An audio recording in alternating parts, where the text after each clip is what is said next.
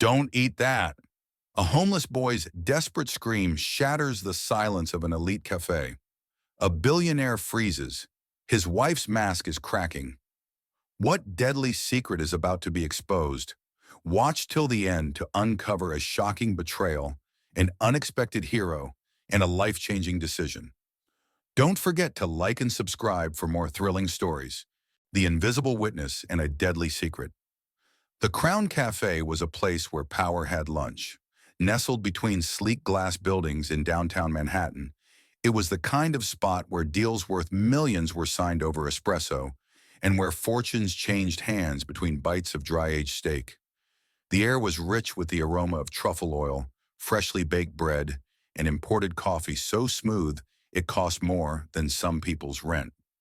At a prime table in the center of the cafe, Jonathan Reed sat, a name that commanded respect, fear, and envy in equal measure. At 72, he was still as sharp as the skyline he helped build. A real estate mogul, a kingmaker, a man who had turned nothing into everything. His silver hair was neatly combed back, his tailored navy suit crisp against his tan skin. His gold-rimmed glasses reflected the soft glow of the chandeliers as he scanned his phone, half listening to the conversation around him. Across from him sat Vanessa, his much younger wife. Impossibly beautiful, she looked like she had walked straight out of the cover of a luxury magazine. Flawless skin, raven black hair cascading over her shoulders, and lips painted the kind of red that made men lose fortunes. She wore a diamond bracelet that sparkled under the cafe's golden light, but her smile was empty, her attention locked on her phone screen. The tension between them was unspoken but heavy. "You're distracted again," Jonathan muttered, glancing up from his screen. Vanessa looked up, forcing a warm smile. "I'm right here," she purred, reaching across the table to touch his hand, though there was no real warmth in the gesture. Nearby, just outside the wrought iron railing that separated the haves from the have-nots, a pair of dark eyes watched intently. Ethan Carter, 13 years old, small for his age, invisible to the world. His oversized hoodie swallowed his thin frame, his jeans were torn at the knees, and his sneakers had holes in the soles. He hadn't eaten in almost 2 days. His stomach gnawed at him, a sharp, cruel reminder that he didn't belong in places like this. But hunger wasn't the reason he was staring. It was her hand. He had seen the exact moment Vanessa slipped her hand into her designer purse, felt around, and pulled out a tiny glass vial. She moved with expert precision, her fingers twisting the cap open as she leaned slightly over the steaming bowl of lobster bisque in front of Jonathan. A single drop of clear liquid disappeared into the soup. It happened so fast. Too fast. Ethan blinked. Had he really seen that? For a second, he told himself it was nothing.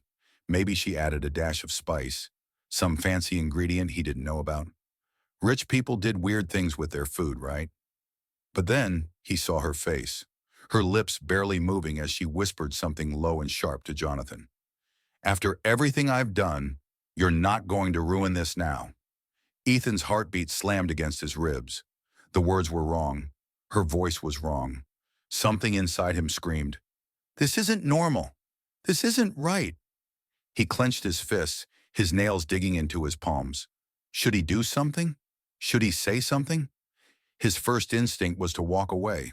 Who would believe him? He was a street kid, a nobody. He had spent most of his life being ignored, treated like an afterthought at best and a problem at worst. If he tried to say something, they'd just think he was looking for trouble, or worse, trying to scam them for money. He glanced around. The cafe was buzzing with conversations, people in expensive suits, silk dresses, discussing business, gossip, or weekend getaways. No one was paying attention to him, and no one was watching Vanessa. Ethan's gaze flicked back to the bowl of soup. Jonathan was lifting the spoon. Number Ethan pushed off the railing, his legs moving before his brain could catch up.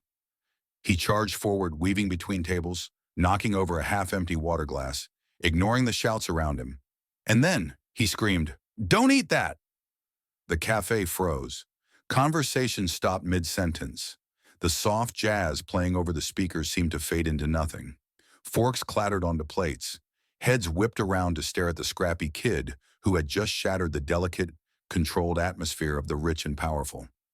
Jonathan's hand froze midair, the spoonful of soup inches from his lips. Vanessa's head snapped toward Ethan, eyes blazing with something dark and dangerous. For the first time in his life, Ethan wasn't invisible anymore. But he had no idea what he had just walked into, and he had no idea how much danger he was in. A trap with no escape. For a moment, there was only silence. Then the cafe exploded into chaos. A waiter dropped a tray of silverware. A woman at a nearby table gasped, clutching her pearls like she was witnessing a scandal unfold. A man in an expensive suit muttered, "What the hell is going on?" as he reached for his drink. But Ethan wasn't listening. His chest heaved, his hands trembled, but he stood his ground. The spoon in Jonathan's hand still hovered inches from his lips, soup dripping back into the bowl. His sharp blue eyes, the kind that had stared down ruthless businessmen and politicians for decades, were now locked onto Ethan, analyzing him, sizing him up. Vanessa, however, was quicker to react. "What did you just say?" Her voice was sharp, cutting, designed to shred through the tension and regain control.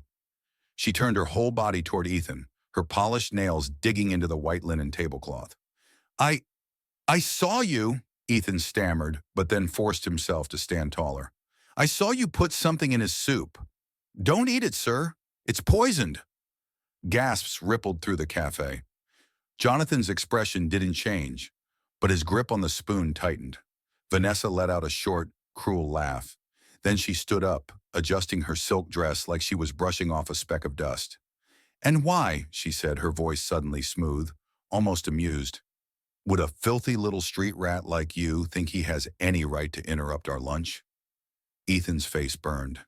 He could feel the stares, the way people looked at him like he was a nuisance, an unwanted problem. Vanessa stepped forward, towering over him in her designer heels.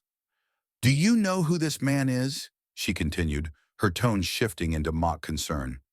"This is Jonathan Reed, a man worth billions. He built half this city. And you're just some dirty kid who wandered in from an alley. So tell me, sweetheart, why should he believe you?" Her words cut deep, but Ethan didn't back down. "Because I saw you," he said, voice steady now. "And if you really have nothing to hide, let someone else taste the soup first." That got Jonathan's attention. Vanessa's smile twitched, just for a fraction of a second. Jonathan slowly set the spoon down and folded his hands in front of him.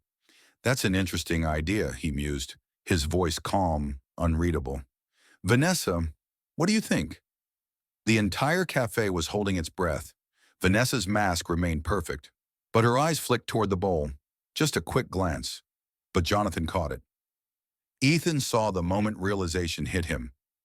Jonathan had been married long enough to know Vanessa wasn't afraid of much. But now, she was afraid, and that was all he needed to know. His voice hardened. "Vanessa, sit down." For the first time she hesitated, then she slowly lowered herself into her chair. "Fine," she said, her voice like ice. "But this is absurd." She grabbed her wine glass and took a deliberate sip, looking around as if the whole situation bored her. A waiter, visibly shaken, stepped forward. Sir, do you want us to remove the dish?" Jonathan didn't answer right away. His eyes never left Vanessa. Ethan could feel the tension thickening, suffocating. Finally, Jonathan made his decision. "No," he said, leaning back in his chair. "We're going to call someone to test it." Vanessa's fingers clenched around her wine glass. Jonathan reached into his pocket and pulled out his phone. With one smooth motion, he pressed a button and put it to his ear. "Harvey," he said into the receiver, his voice perfectly level, "get down to Crown Cafe. I need something analyzed now." He hung up. Vanessa exhaled sharply. "You're being ridiculous." "And you're sweating." Jonathan's gaze was like a knife to her throat. Ethan swallowed hard. He had done what he could, but now everything was out of his hands. Then something unexpected happened. Vanessa's phone vibrated on the table. She glanced at it. Her face turned pale. Ethan couldn't see the screen, but whatever it was, it rattled her. And suddenly, Vanessa made her move. In a blur, she grabbed the soup bowl and threw it across the cafe. The bowl smashed against the marble floor, its golden broth spilling everywhere. Gasps erupted. Jonathan's jaw tightened. That was sloppy, he muttered. This is insane, Vanessa shouted. Her perfect composure was cracking, fast.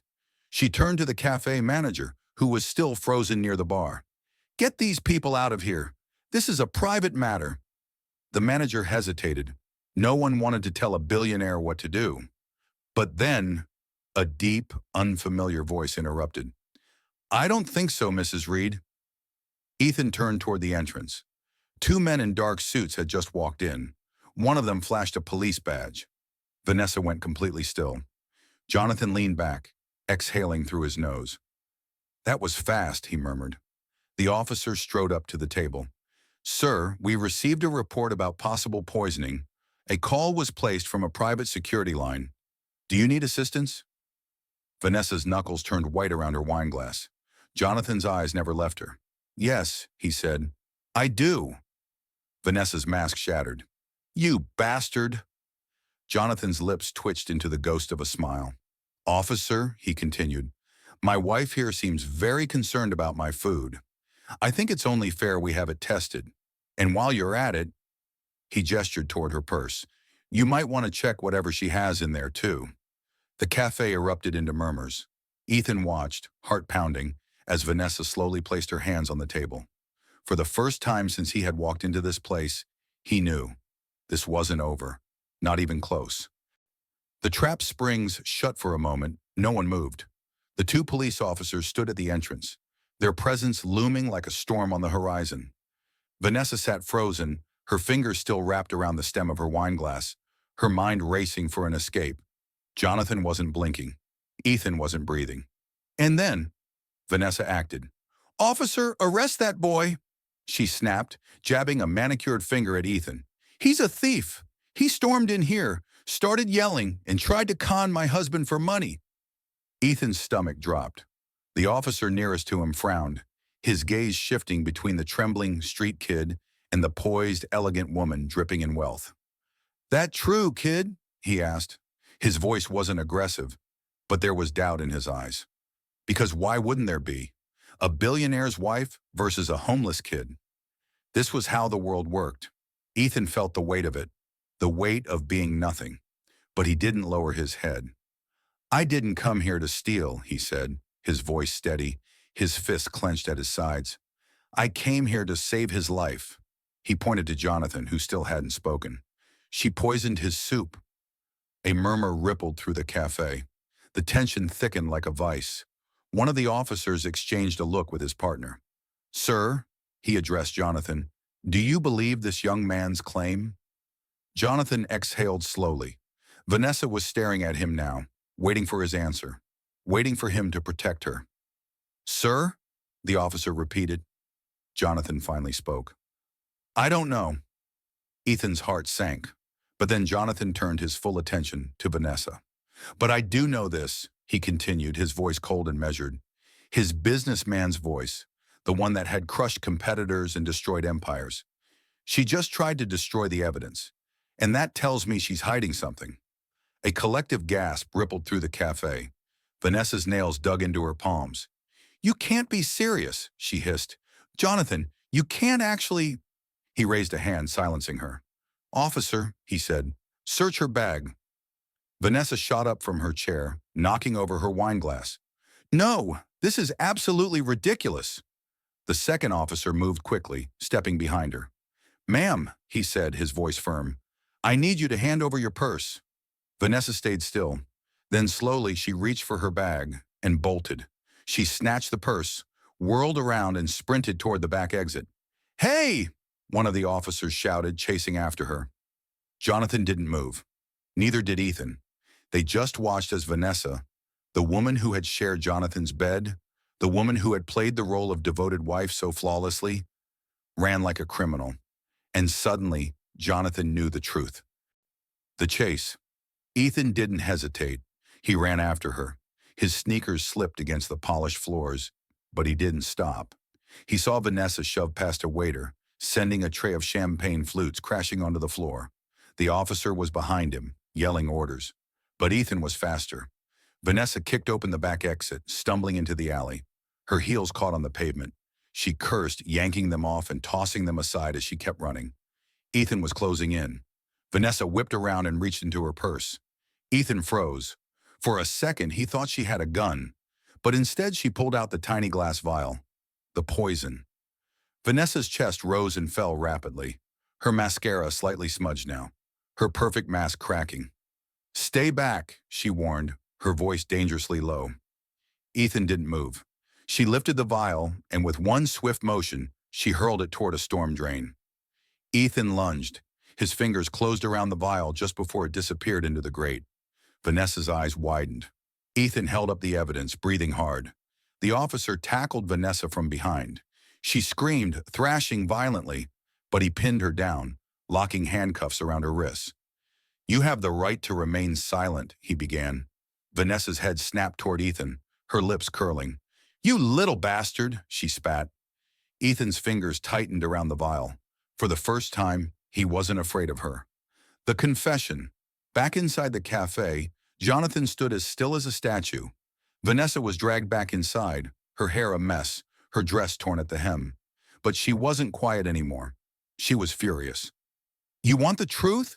she snapped at Jonathan. "Fine. Here's the truth." The cafe went silent again. Vanessa's voice shook with rage. "I was never going to spend the rest of my life babysitting some wrinkled old man who controls everything I do. You were supposed to die this year, Jonathan. You were supposed to die, and everything you built was supposed to be mine." Jonathan stared at her. Vanessa breathed heavily, her chest rising and falling. Her eyes were wild, but there was something else behind them. Fear. Because now she had lost. The officers escorted her out, their radios crackling as they called for backup. Jonathan sat down heavily, running a hand through his silver hair. And then finally he looked at Ethan. Ethan, who had saved his life. Ethan, who had no reason to care, but did. Ethan, who was still clutching the tiny vial in his palm. "Come here, kid," Jonathan said softly. Ethan hesitated, then stepped forward. Jonathan held out his hand. Ethan placed the vial in it. For the longest moment, neither of them spoke. Then Jonathan sighed, leaning back in his chair. "You just changed everything," he muttered. Ethan shuffled his feet. "I just did what was right." Jonathan studied him. "That's rare," he said. Then after a pause, "You have a place to stay tonight?" Ethan hesitated, then shook his head. Jonathan exhaled. "That's what I thought," he murmured. Then he nodded toward an empty chair. "Sit down, kid. We need to talk. A new beginning or a final choice?" For the first time in hours, everything was quiet. The cafe, once a place of laughter, conversation, and the soft clinking of silverware, felt hollow now. Patrons, still wide-eyed with shock, whispered among themselves, trying to process what they had just witnessed.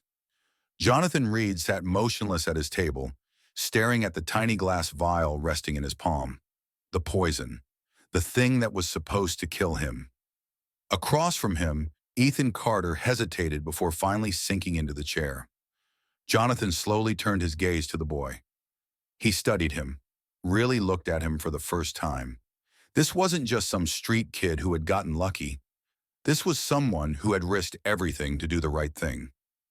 "Why did you do it?" Jonathan asked. Ethan shifted in his seat. "Because," he started, then stopped. How was he supposed to explain it? That he had spent most of his life watching people pretend not to see him? That he knew what it felt like to be invisible? And that for once, just once, he had seen something wrong, something no one else had noticed, and he hadn't been able to turn away? Instead, he just shrugged. "I don't like watching people get hurt." Jonathan nodded slowly, rubbing his thumb against the vial. This kid was something different. A waiter cautiously approached. "Mr. Reed, should we, do something with the soup?" Jonathan let out a dry chuckle. "Yeah," he muttered, pushing the bowl away. "Get rid of it." The waiter hurried off. Ethan expected Jonathan to say something else, to ask if he wanted money, or maybe just tell him to leave. Instead, Jonathan reached into his jacket, pulled out his sleek black phone, and dialed a number. "Harvey," he said when the person on the other end answered. "I need you to come down here." A pause. "No, not for the poison. I need to talk to you about a kid." Ethan froze. Jonathan ended the call and set his phone down. What was that? Ethan asked, feeling suddenly uneasy. That, Jonathan said, was a friend of mine. A lawyer. Ethan's heart pounded. I didn't do anything wrong. Jonathan actually laughed at that, a short, sharp sound. I know, kid. That's not what this is about. Ethan glanced toward the door, as if calculating his escape. Jonathan sighed and leaned forward, lacing his fingers together. Listen, you saved my life today. That's not a small thing, and I don't believe in letting debts go unpaid. Ethan frowned. I don't want money, Jonathan smirked. I know. That's why I'm offering you something else. Ethan's brow furrowed. Like what? Jonathan tapped his fingers against the table, thinking. Then he finally said, a choice. Ethan stilled. You don't have to say yes, Jonathan continued, but I can't just let you walk back onto the street. So I'm giving you a choice. Walk out that door right now, and you'll never see me again. No hard feelings.